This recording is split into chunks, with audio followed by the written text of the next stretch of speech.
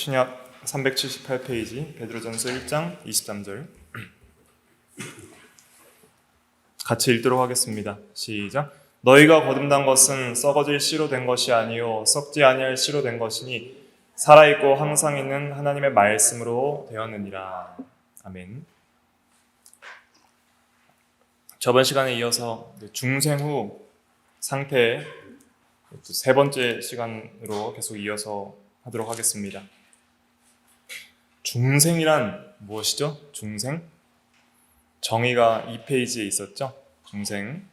우리 루이스 벌코프 조직신학에 나와 있는 교과서적인 정의입니다. 한번 쌍따옴표 다시 한번 읽어볼까요? 2페이지 시작. 새 생명의 원리가 인간에게 심겨지고 영혼의 지배적 성향이 거룩하게 되는 하나님의 행위. 그래서 이 정의는 좀 외우시면 좋아요. 새 생명의 원리가 인간에게 심겨지고 영혼의 지배적 성향이 거룩하게 되는 하나님의 행위. 그래서 특별히 중요한 건 이겁니다. 영혼의 지배적 성향이 거룩하게 되는 하나님의 행위다. 먼저 생명이 주어진다는 개념을 이해하셔야 됩니다. 새 생명의 원리가 인간에게 심겨졌다는 것은 우리에게 생명이 주어진다는 거예요. 죽어있던 영적 상태에서 우리에게 하나님의 생명이 주어지는 놀라운 하나님의 주권적인 사역이 중생입니다. 이건 인간의 행위가 아니에요. 중생은 누구의 행위예요? 하나님의 행위예요. 하나님의 행위.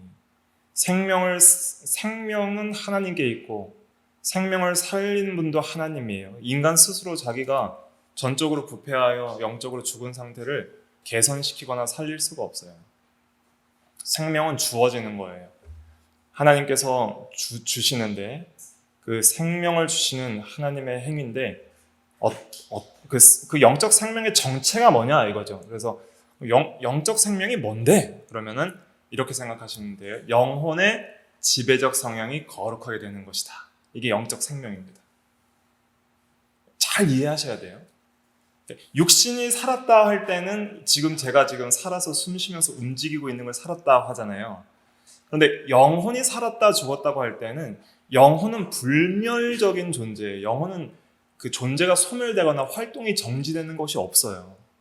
영혼은 계속 그 활동이 있고 존재해요. 그런데 영혼이 죽었다고 할 때는 하나님에 대하여 의에 대하여 죽었다. 영혼이 죽은 영혼은 특징이 뭐냐면 죄만 짓는다는 거예요. 하나님도 모르고 하나님을 예배하지도 않고 하나님에 대하여 살아있지도 않고 죄에 대하여만 살아있다 할 때 그 영혼을 가리켜서 죽었다 이렇게 말하는 것입니다. 영혼이 살았다라고 할 때는 뭐와 뭐에 대하여 산 거예요? 항상 의와 하나님에 대하여 산 것이다. 이걸 항상 기억을 하셔야 됩니다. 의와 하나님에 대하여 산 것, 이것이 영혼이 살아있는 것이고 중생입니다. 이거에 대한 근거 구조를 제가 안 적어놨는데 한번 찾아볼까요? 로마서 6장 11절 요절입니다. 로마서 6장 11절 신약 247페이지 신약 247페이지 247페이지 로마서 6장 10절부터 11절까지 두 절을 다 읽어볼게요. 로마서 6장 10절부터 11절 시작. 그가 죽으심은 죄에 대하여 단번에 죽으심이요 그가 살아계심은 하나님께 대하여 살아계심이니 이와 같이 너희도 너희 자신을 죄에 대하여는 죽은 자요 그리스도 예수 안에서 하나님께 대하여는 살아있는 자로 여길지어다. 예수님이 십자가에 죽고 3일 만에 부활했다는 것이 왜 중요하냐면 그 죽고 산 것은 죄에 대하여 죽고 의와 하나님에 대하여 산 거예요. 그것이 복음입니다. 예수님의 십자가와 부활이 그 복음이고 생명을 얻는 가장 기쁜 소식인데 그 복음에는 죽고 사는 게 있어요. 죽는 건 뭐에 대해서 죽는 거냐? 죄에 대하여 죽는 거예요. 예수님이 십자가에 달려 죽으실 때 누구 죄를 지셨어요? 바로 우리의 죄. 택한 백성의 죄를 짊어지고 죄에 대하여 죽었어요. 우리 대신 죄에 대하여 죽었어요. 그래서 예수 믿는 성도들도 죄에 대하여 죽게 되는 거예요. 그것이 예수를 믿고 구원받은 성도들에게 일어나는 놀라운 내적인 영적 생명의 역사입니다. 죄에 대하여 죽어지는 거예요. 성향이 그래요. 성향이 죽어지는 거예요. 신기한 거예요. 신비예요. 기독교는 참된 신비가 있는 것입니다. 신비주의가 아니라, 가짜 신비주의가 아니라 참된 하나님의 그 역사가 있어요. 생명의 역사가 있어요. 죄에 대하여 죽어버리는 거예요. 그리고 주님과 함께 하나님에 대하여 살아버리는 거예요. 그게 중생입니다. 중생이 도대체 뭔가 깊이 이해를 하셔야 됩니다. 예수님께서 죄에 대하여 죽고 의에 대하여 사셨는데 그 예수의 죽음과 생명이 우리에게 적용되는 거예요. 새 생명의 원리가 인간에게 심어졌다는 것은 예수의 삶과 죽음이 우리에게 적용된다는 겁니다. 예수와 연합되어서, 예수를 믿는 자들은 그리스도와 연합되어서 주님의 모든 은혜들을 우리가 받는데, 예수와 함께 되고 예수 안에서, 여기 보니까 11절에 뭐라 그랬어요? 그리스도 예수 안에서 그랬잖아요. 그리스도 예수 안에서. 연합이라는 거예요. 예수님을 우리가 얻음으로, 그리스도와 함께함으로, 그리스도와 연합됨으로 이제는 하나님께 대하여 살아있는 자가 되는 것이고 죄에 대하여는 죽는 자가 되는 것입니다. 그래서 영혼의 지배적 성향, 주도적 성향이 완전히 바뀌는 거예요. 거룩하게 됩니다. 의에 대하여, 하나님에 대하여 살아있는 본성을 가지게 되는 것이죠. 이것이 중생입니다. 이것은 하나님의 주권적인, 하나님의 단독 사역이라고 그래요. 단독 사역. 인간이 어떻게 할 수 있는 사역이 아니에요. 자, 우리가 예수 믿는 거는 중생에서 예수 믿을까요? 믿어서 중생할까요? 중생에서 믿는 거예요. 중생에서. 죽은 사람이 어떻게 믿어요?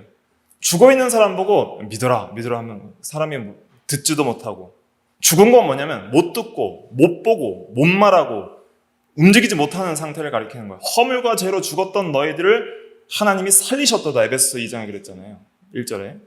그러니까 중생은 하나님의 주권적인 역사로서 그 인간을 영적으로 살려버리시는 하나님의 초자연적인 역사예요. 그 중생에 대한 합당한 반응이 믿음과 회개로 나타나는 겁니다. 우리는 언제 중생했는지 시간적으로는 알 수가 없어요. 아무도 몰라요. 회심한 그 사건과 중생의 시점이 거의 비슷하면은 대략적으로 알 수 있죠. 사도 바울처럼 예수님이 직접 나타나셨을 때 중생과 회심이 동시에 일어나기 때문에 그 의식적으로 어느 정도 내가 중생했는지 알 수 있지만, 그러나 중생은 했지만은 회심의 어떤 그러한 증거들이 의식 속에서는 나중에 일어날 때가 많이 있어요. 중생과 믿음은 동시지만은 그 믿음과 회심을 내가 인식하는 거는 후에 인식하는 그런 성도들도 있습니다. 개인적으로 다 차이가 있어요. 그래서 항상 중생이 먼저고, 이것이 이제 장로교 신학과 이제 감리교 또 그 성결교 오순절과는 좀 다른 거예요. 이제 감리교는 어떻게 말하냐면 믿어야 중생한다 이렇게 말해요. 그래서 그 모든 구원의 행위에 있어서 인간의 선택을 중요하게 봐요. 그래서 여러분들 감리교 가시면은 여러분들이 안 믿으면 여러분들은 살 수가 없어요. 죽을 때까지 예수를 믿어야 돼요. 근데 죽기 전에 예수 안 믿으면 어떻게 돼요? 지옥 가는 거예요. 그것이 감리교 교리고, 그리고 이제 이 칼빈주의, 개혁주의, 장로교 교리는 뭐냐면 하나님이 살리셨기 때문에 안 믿을 수가 없는 거예요. 살리셨고, 그리고 하나님이 한번 살리신 생명은 절대 죽을 수가 없어요. 이것이 이제 장로교 교리인데, 그러면 한번 살리셨으니까 그러면 우리에게는 의무가 없느냐? 그렇지 않다는 것이죠. 한번 중생한 성도는 믿음과 회개에 대한 참된 반응이 나와야 되고, 또 거룩한 성화를 반드시 이루어야 돼요. 성화를 이루어 나가야 되는 그런 의무가 있고, 반드시 그렇게 되어져 나가야 하는 것이죠. 아무튼 이거는 이제 곁가지로서 그 구원론에서 자세하게 다뤄야 되는데, 왜냐하면 논쟁점들이 많기 때문에 오늘 한 가지 확실하게 기억을 하셔야 될 건 뭐냐면, 중생이 뭐예요? 자, 누가 물어봤어요. 중생이 뭐예요? 그러면 이제 대답을 할 수 있어야 돼요. 영혼의, 한번 다시 읽어볼까요? 새 생명의 원리부터 시작. 새 생명의 원리가 인간에게 심겨지고 영혼의 지배적 성향이 거룩하게 되는 하나님의 행위. 이걸 항상 기억하세요. 영혼의 지배적 성향이 거룩하게 되는 하나님의 행위다. 쉽게 말하면 의와 하나님에 대하여 산 것이다. 죄에 대하여 죽고 의와 하나님에 대하여 산 것. 로마서 6장 11절 근거로 해서 그래서 죄에 대하여 죽고 의와 하나님에 대하여 살아있는 것이 이것이 중생이고 영적 생명이 산 것이구나. 이렇게 이해를 할 수가 있는 것입니다.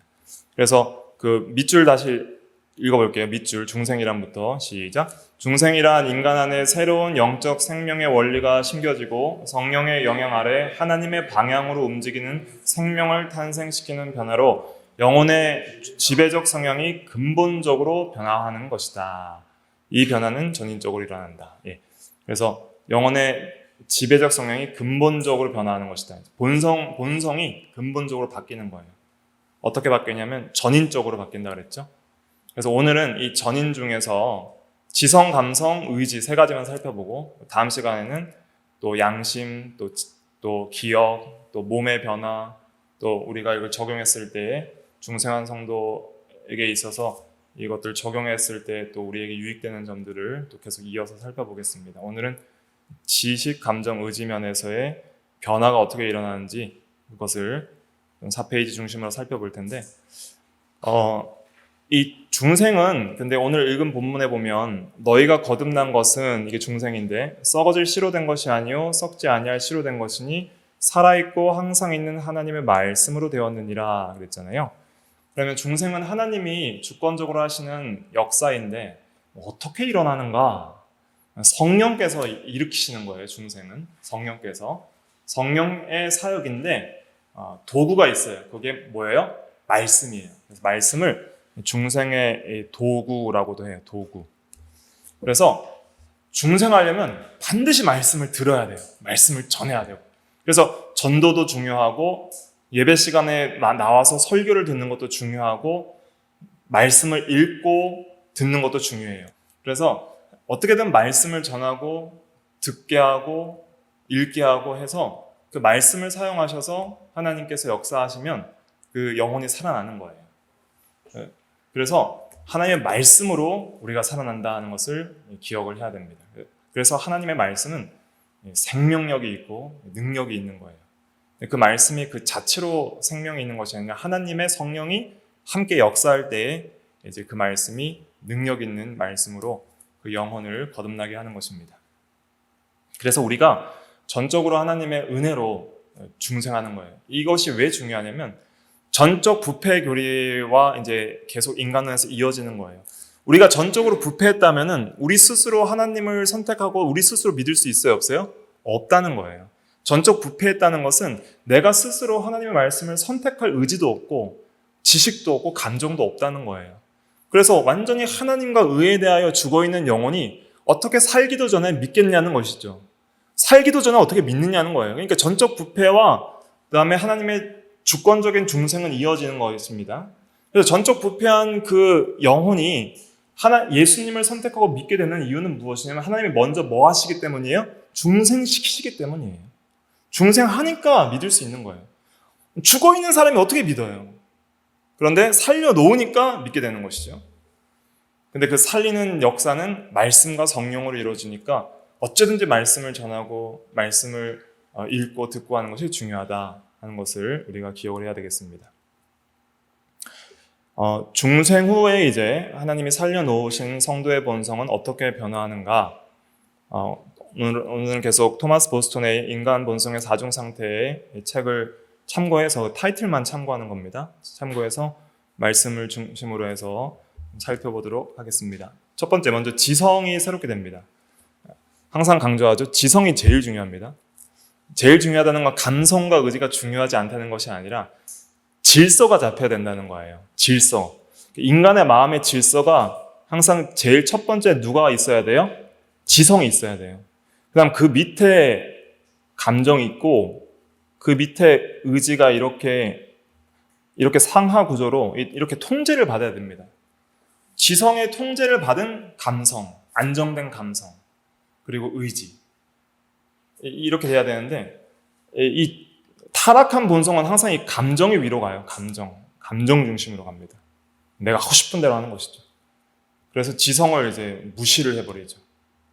그래서 바른 진리와 말씀이 있는데 그걸 무시해버리고 감정 중심. 그래서 너무 감정 중심으로 가는 그러한 사람들은 그 정신 상태나 본성이 안전하지 않고 불안한 것이죠. 그리고 또 질서가 잡히지 않기 때문에 무질서하고 여러 가지 죄악에 쉽게 또 충동을 받는 그런 상태입니다. 그래서 내가 하고 싶은 대로 살면 안 되고 하나님의 말씀대로 사는 것이 그것이 거룩하고 경건한 삶이에요. 이 지성이 좀 새롭게 돼야 되는데 중생을 하면 하나님께서 참된 지식을 알게 하십니다. 먼저 방가로 1번에 보면 빛을 받아서 하나님을 안다 그랬습니다. 참고 구절은 에베소서 5장 8절 14절 같이 한번 읽어볼까요? 시작. 너희가 전에는 어둠이더니 이제는 주 안에서 빛이라 빛의 자녀들처럼 행하라. 그러므로 이르시기를 잠자는 자여 깨어서 죽은 자들 가운데서 일어나라. 그리스도께서 너에게 비추이시리라 하셨느니라. 네. 자, 빛을 받아서 하나님을 안다 그랬죠? 빛. 너희가 전에는 어둠이더니 이제는 주 안에서 예수님 안에서 빛이라 그랬습니다. 어둠이 상징하는 건 뭘까요? 어둠은 죄, 사망, 그 다음에 중요한 게 뭐냐면 무지예요. 무지. 안 보이는 건 모르는 걸 가리킵니다. 이 세 개는 항상 외우세요. 어둠은 뭘 상징해요? 죄, 사망, 무지. 이 세 개. 빛이 상징하는 건 뭐냐면 반대예요. 죄의 반대는 뭐예요? 의. 사망의 반대는 생명. 무지의 반대는 지식. 이렇게 되는 것이죠. 그래서 하나님은 빛이시라 할 때 그것도 요한일서 1장 5절 말씀도 하나님은 의와 생명이 동시에 지식의 하나님이다 이런 뜻입니다. 그래서 전에는 어둠이었다는 것은 죄와 사망 가운데 있었고 영적으로 죽어있는 상태고 그 다음에 모른다는 거예요. 이 무지는 죄로 말미암은 타락의 결과로 온 겁니다. 그래서 뭘 모르냐면 영적인 걸 전부 몰라요. 영적으로 죽었다고 할 때는 영적인 걸 다 모른다는 뜻이에요. 하나님도 모르고 진리도 모르고 성경도 모르고 죄도 모르고 내세도 모르고 구원도 모른다는 거예요. 그래서 이 모든 진리의 지식을 아는 것은 참된 생명을 얻을 때에 알게 되는 것이죠. 살아나야 아는 거예요. 죽었다고 할 때 상징적인 표현들이 여러 가지 성경에 등장하는데 영적으로 죽었다는 것은 영적으로 소경이다. 일단은 소경은 빛을 못 보는 그 사람을 가리키잖아요. 못 보니까 모르는 거예요. 안 보이는 사람이 어떻게 알겠어요? 영적으로 소경이고 영적으로 귀머거리고 그래서 듣지도 못하고 보지도 못하니까 지식면에서 무지하고 그 다음에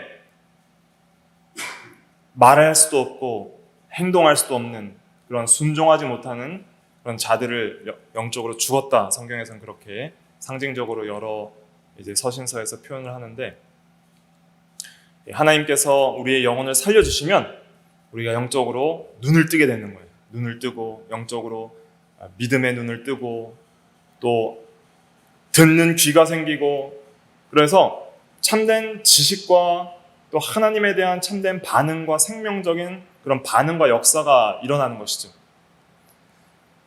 그래서 우리가 영혼이 중생하게 되면 이 지식을 받게 됩니다. 참된 지식. 생명도 받고 지식도 받고 함으로써 하나님을 알게 되는 것이죠. 그래서 잠자는 자여 깨어서 죽은 자들 가운데서 일어나라. 그리스도께서 너에게 비추이시리라. 이 빛은 영적인 빛을 가리킵니다. 영적인 빛을 확 비춰주시면 우리가 참된 진리를 알고 하나님을 알게 되는 것이죠. 그리스도를 알게 되는 것이죠. 그리스도께서 우리에게 비추어 주시면 우리가 그리스도를 알게 되는 거예요. 이 영적인 그런 상징적인 표현입니다.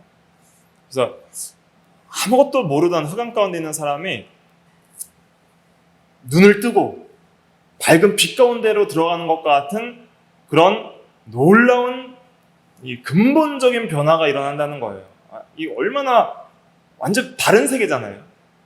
눈이 먼 사람은 전부 색깔이라는 구분이 없어요. 전부 흑암이에요, 흑암.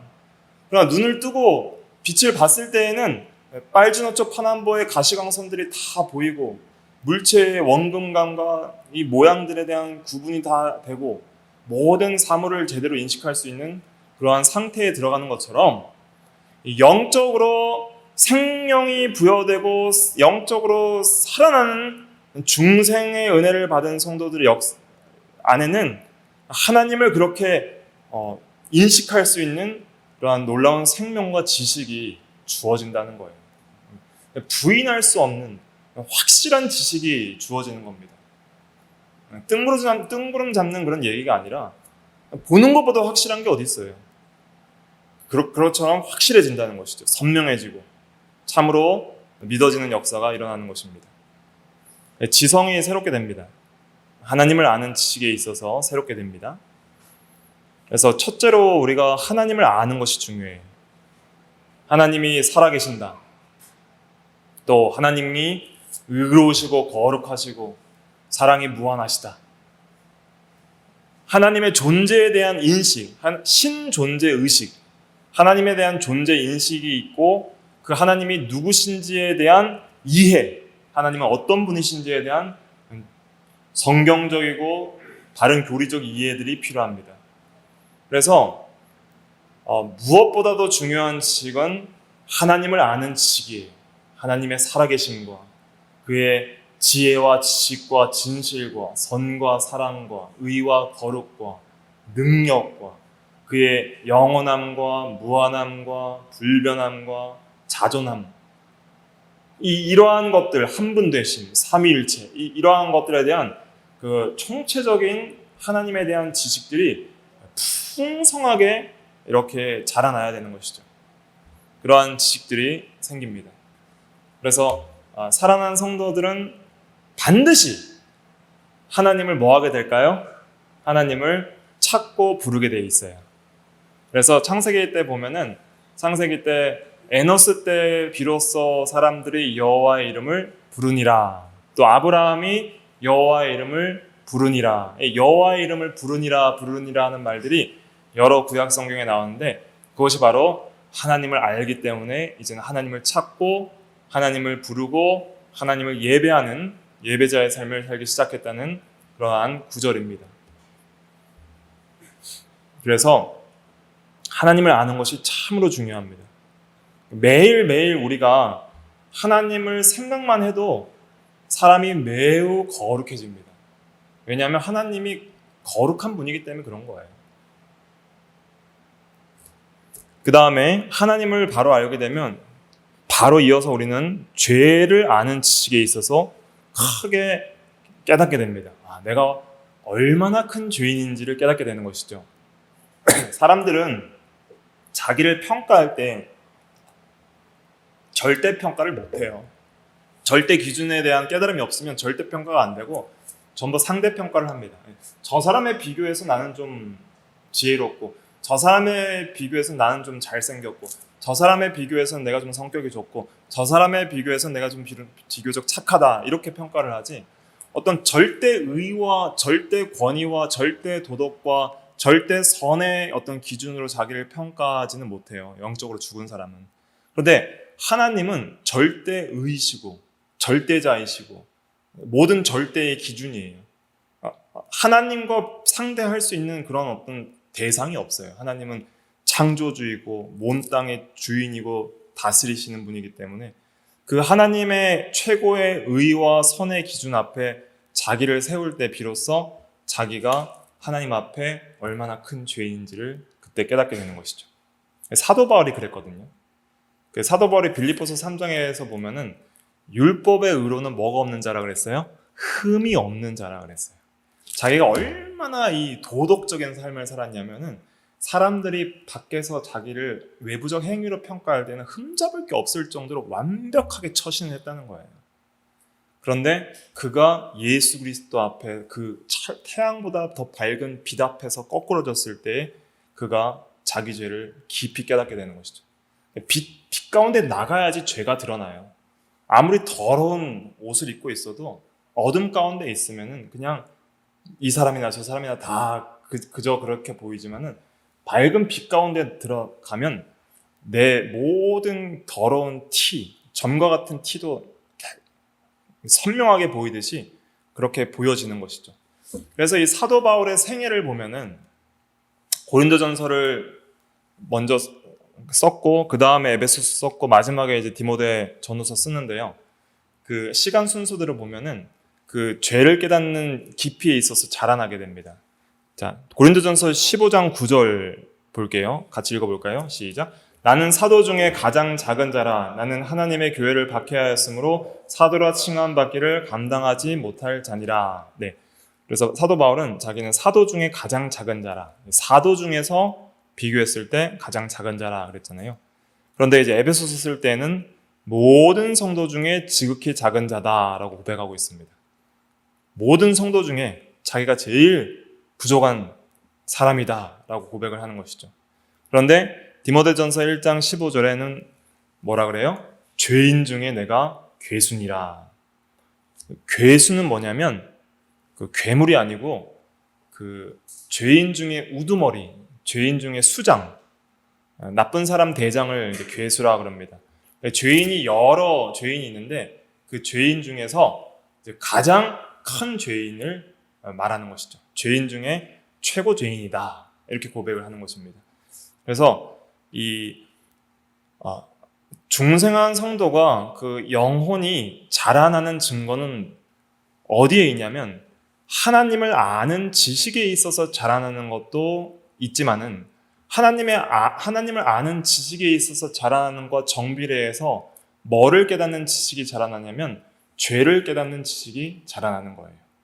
그래서 죄에 대한 굉장히 깊이 있는 이해력이 생깁니다. 죄를 잘 분석할 수 있어요. 이걸 죄의 객관화라고 하거든요. 죄의 객관화. 죄의 객관화. 자기가 죄의 종노릇할 때는 내가 죄랑 동일시되기 때문에 죄를 객관적으로 볼 수 있는 눈이 없어요. 그런데 절대의의 하나님의 기준 아래서 자기 기준으로 볼 때는 죄를 객관화시켜서 볼 수가 없어요. 이 죄를 주관화시키기 때문에 죄를 파악이 안 되거든요. 죄가 어떤 기준점이 없으니까 파악이 안 되는 거예요. 그런데 하나님을 잘 알고 그 다음에 하나님의 말씀인 절대 도덕법과 십계명에 대한 깊은 이해가 생기면은 이 하나님의 법을 기준으로 자기 죄를 객관적으로 보기 시작합니다. 그러면서 죄에 대한 깊은 이해가 생겨요. 그래서 이 신앙생활을 오래 하실수록 전에는 죄라고 안 느꼈던 죄들이 이제는 죄라고 느껴지기 시작하게 됩니다. 그래서 전에는 좀 사소하게 누구 그냥 뭐 미워하는 마음 그냥 가지면서도 별 대수롭지 않게 생각하고 그냥 아주 그냥 상스러운 말을 내뱉으면서도 별로 그렇게 양심의 가책이 없고 그냥 원망 불평하고 감사치 않는 말을 하고 여러 가지 행동에 있어서도 무절제하게 사는 것에 대해서도 뭐 아무렇지도 않게 생각하던 사람들이 사소한 생각, 이런 생각은 이건 나의 본성적인 부패한 옛사람에서 나오는 생각이구나. 이 분별이 되는 거예요. 전에는 분별이 안 됐던 그런 것들이 분별이 되고 이런 말은 하나님이 기뻐하시지 않는 말일 수 있겠구나. 이런 생각들은 하나님이 미워하시는 생각이다. 이렇게 분별이 되면서 여러 면에서 자기 안에 있는 그 내적인 원죄에 대한 죄성, 본성적인 부패성과 나의 생각과 말과 행동에 있어서의 모든 자범죄에 있어서의 그 죄됨에 대한 객관적인 바른 진리 안에서의 평가가 이루어지는 것이죠. 그러니까 그 사도 바울이 내가 죄인 중에 괴순이라고 할 때에는 이때 진짜 죄를 막 짓고 있다는 뜻이 아닙니다. 죄를 막 많이 짓는다는 뜻이 아니라 거룩하게 살아갈수록 죄를 많이 깨닫게 됐다는 거예요. 전에 보이지 않던 죄를 많이 깨닫고 그 죄를 떠나는 삶을 하고 있는 거예요. 그러니까 죄를 모르면 그 죄를 떠날 수가 없어요. 그러니까 내가 별로 죄가 없는 것 같아.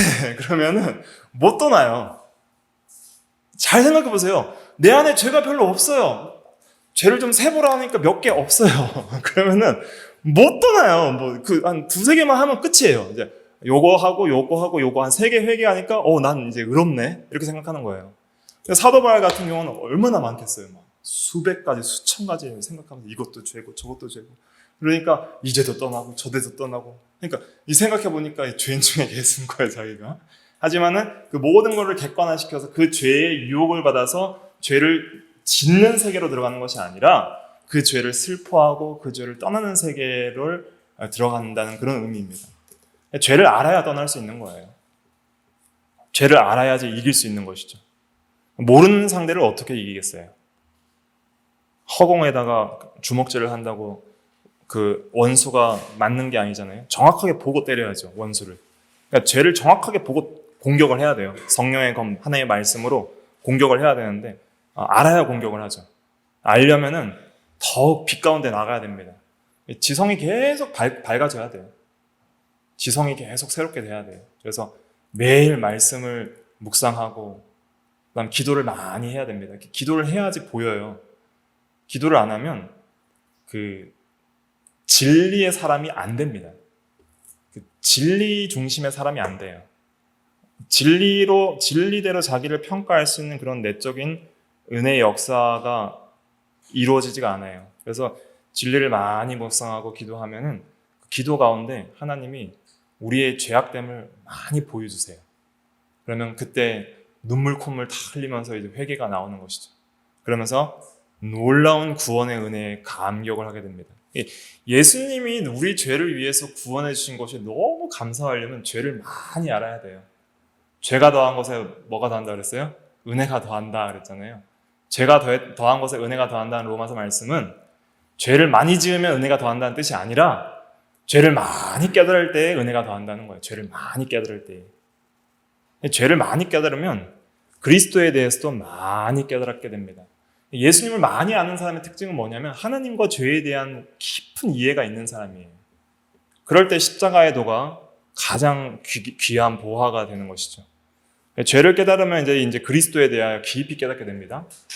고린도전서 1장 18절 같이 읽어볼게요. 시작. 십자가의 도가 멸망하는 자들에게는 미련한 것이요 구원을 받는 우리에게는 하나님의 능력이다. 요절인데 외우세요. 십자가의 도는 뭐냐면 예수님이 죄인을 위해서 십자가에 죽으셨다. 누구든지 그를 믿는 자는 멸망하지 않고 영생을 얻으리라. 이거 십자가의 도예요. 십자가의 도는 말씀 도자잖아요. 십자가의 말씀, 한마디로는 이제 복음이라고 그러죠. 복음. 복음이 무슨 뜻이죠? 헬라어로는 유앙겔리온이라고 그러는데 복음은 뭐예요? 무슨 소식? 기쁜 소식 혹은 복된 소식. 그래서 복음은 기쁜 소식, 복된 소식. 굿뉴스라고도 하잖아요. 굿뉴스. 좋은 뉴스. 그래서 죄인에게 있어서 가장 복된 소식은 뭐예요? 죄인을 위해 예수님이 죽으셨고 누구든지 예수를 믿는 자는 구원을 받는다. 영생을 얻는다는 것이죠. 그게 십자가의 도예요.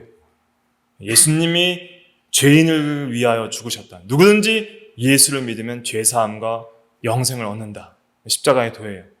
그런데 멸망하는 자들에게는 미련한 거예요. 미련하다는 것은 어리석게 보인다는 거예요. 어리석은 것. 예수 믿는 게 무슨 구원이 있느냐. 우리가 왜 구원을 받아야 되는데, 우리가 왜 죄인인데, 이렇게 말을 하는 것이죠. 천국과 지옥이 어디 있느냐, 하나님이 어디 있느냐. 죽으면 끝이지. 잘 먹고 잘 살면 되지. 세상 사람들이 다 생각하는 거 그거잖아요.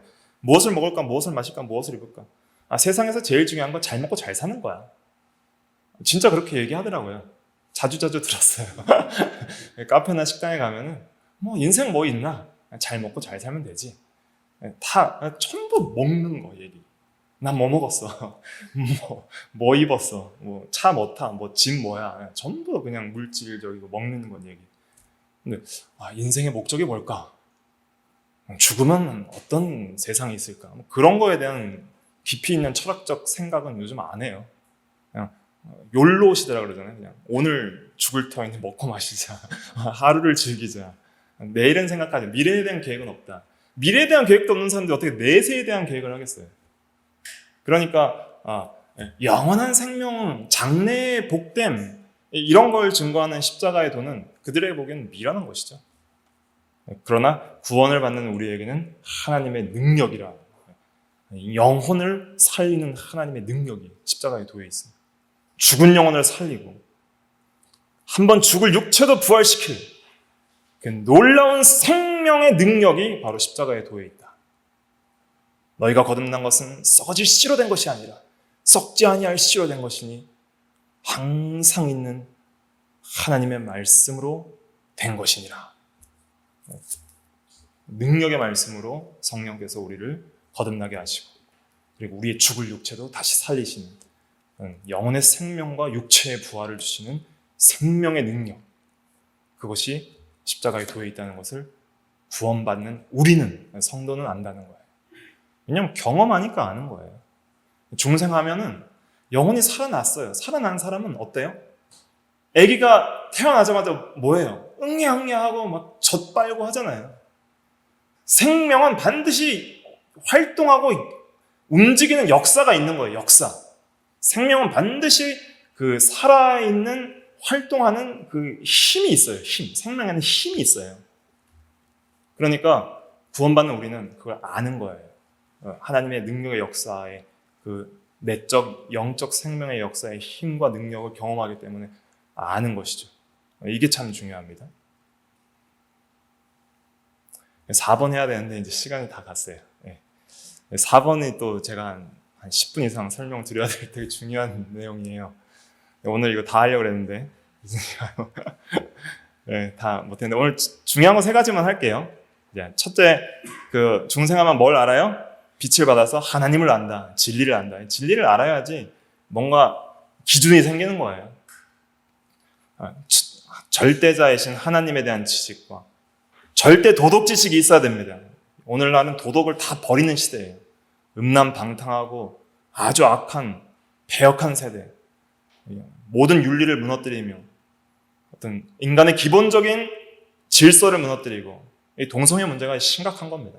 동성애 문제가 왜 심각하냐면 차별금지법과 동성애 이런 것들을 우리가 적극적으로 또 한 시민으로서 반대해야 되는데, 이게 동성애 합법화된 나라들 보면 가정 다 망가지는 거예요.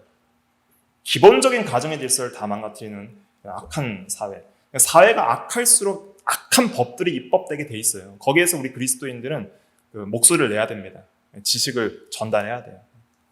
세상 사람들이 뭐라 하든 동성애는 죄다, 그렇게 말해줘야 돼요. 그래야지 깨닫는 자는 일어나는 거예요.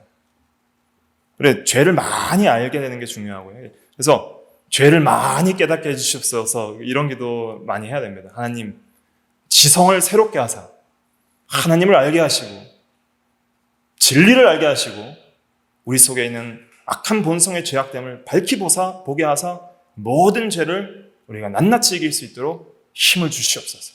간절히 기도하고, 그 다음에 그 모든 구원을 이루게 하신 그리스도를 붙들어야 됩니다. 그리스도 안에서 뭐에 대하여 죽어요? 죄에 대하여 죽고 하나님에 대하여 사는 거예요. 의에 대하여 살고 하나님에 대하여 사는 것입니다. 주님은 우리의 생명이고 의고 능력이라 그랬습니다. 그래서 고린도전서 1장 30절, 예수 그리스도는 우리의 지혜요, 의요, 거룩함과 구원이 된다 그랬어요. 예수님은 우리의 모든 게 되는 거예요. 그래서 하나님과 죄와 그리스도에 대한 지식, 이 3개만 해도 오늘 할 거 중요한 거 다 했습니다. 이 3개 하고 이거 3개 중심으로 또 한 주간을 은혜로 살아가야 되겠습니다. 잠깐 기도하겠습니다.